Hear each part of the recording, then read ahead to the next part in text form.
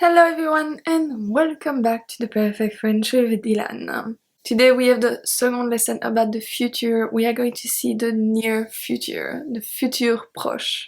Going to be quick, it's a very easy lesson. On the book we are going from page 175 to 177. So I don't know if you remember, but a few days ago we saw the recent past, le passé récent. The passé récent was all about telling what just happened before, and we did it with the verb venir conjugated in the present tense, followed by the infinitive of the verb of the action that we want to describe. Here it's exactly the same. We are going to use the verb aller in the present tense to talk about what is just going to happen in the future. So we are going to use the verb aller, present tense like I said. So it's aller plus the infinitive verb. So we don't have a de like we have for the recent past. I told you it's going to be a very easy lesson. It's going to be really easy. So if we conjugate it with je, we have je vais plus infinitive. I am going to plus infinitive. So let's review the conjugation of aller conjugated in the present tense. We have je vais, tu vas, il va, elle va, on va, nous allons, vous allez, ils vont, elles vont. So just like venir, it is an irregular as well. You should know it by heart as well. So let's see a few sentences. We have on va nager. On va nager. We are going to swim. So this is obviously the verb nager. And it's right there, it's the infinitive, you can't miss it. Or, elles vont apprendre la cuisine. Elles vont apprendre la cuisine. So we use la cuisine to say that we are learning to cook. It's the action of cooking, but it's not a verb. It's not always a verb for us. Also, I just want to say something right here.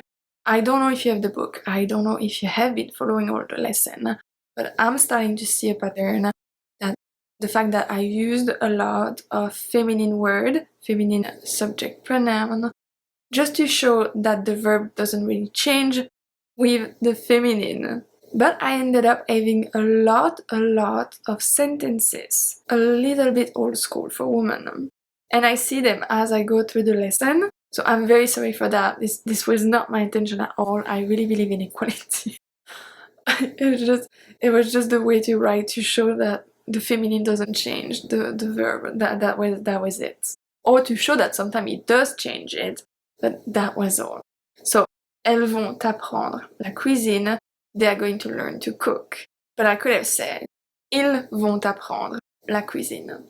When we have a reflexive verb, the reflexive pronoun is going to agree with the subject, but not the verb itself. Let's see, we saw that already before actually. I don't know if you remember. So we have, je vais me faire un café. So here the verb is se faire.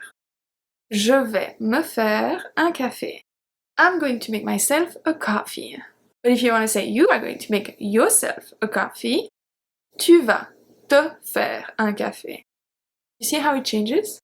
So, me faire un café pour moi, te faire un café pour toi. So only the reflexive pronoun changes. When we have the negation is very easy as well. The negation in French is made of two parts, you know, ne pas, ne plus, ne rien, etc.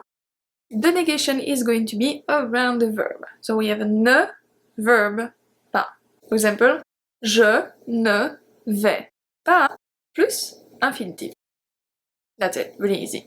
So if we look at the sentence that we saw before, on va nager, it's going to be on ne va pas nager.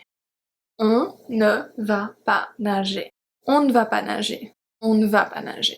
Because we don't say on ne va pas. On ne va pas nager. On ne va pas nager. We are not going to swim. Another one. Now if we see infinitive reflexive verb, we have je ne vais pas and the infinitive reflexive verb. I put RV for reflexive verb. We are not going camping, okay? Not going. Not yet. Not yet. So, je ne vais pas plus reflexive verb. Infinitive reflexive verb. So, je vais me faire un café becomes je ne vais pas me faire un café. So don't forget that the me, the reflexive pronoun, is going to agree with the subject. Je ne vais pas me faire un café. I am not going to make myself a coffee. That's it, so that was pretty easy. It's a very easy way to speak in French, very informal, very casual.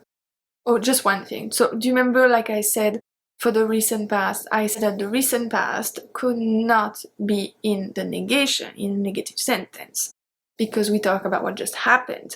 We can't talk about what didn't just happen. We just don't do that. Here, of course, it's possible because it's what is going to happen. So we can try to do it in the negative way. That's it. When you're good, you can do the exercises 7.2, 7.3. I think this lesson was a nice little break between the futur simple and the conditionnel. We are going to see the conditionnel tomorrow. We have quite a lot to see, just like futur simple, but seeing those two very close to each other is going to help. So I will see you tomorrow. À demain.